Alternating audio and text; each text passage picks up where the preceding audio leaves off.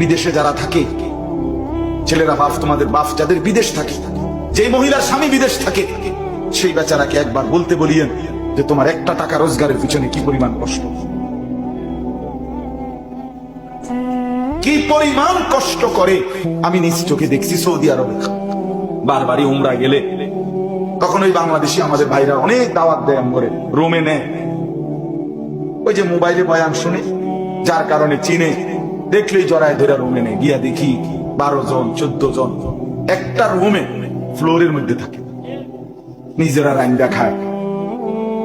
এক ছেলে আমার বলতেছে, হুজুর আমি 11টা বছর আজকে বাড়ির থেকে আসছি হুজুর, বাবার ঋণ শেষ হয় নাই, জমি জামা কেমনে কেমনে অনেক কিছু বাবা ঋণে, এই পরিবারের ঋণ এখনো শোধ করতে পারি নাই, এই জন্য হুজুর এখনো বাইর যায়নি। 11টা বছর মাকে দেখে না, বাপকে দেখে না।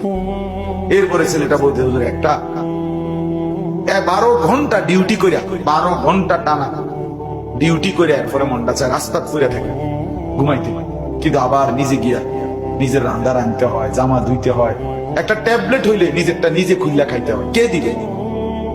মা কোথায় আছে? মা আছে এখানে, বাবা আছে, স্ত্রী আছে। এতটা কষ্টের টাকা, এতটা। আমার এই অনেক ছেলে হুজুর কোন সময় একটা বার্গার, কোন সময় একটা ওই পোড়া মুরগি ওই একটা কিনা খাইয়া লাই, পানি গুদ্দুর খাইয়া ঘুমাই লাই।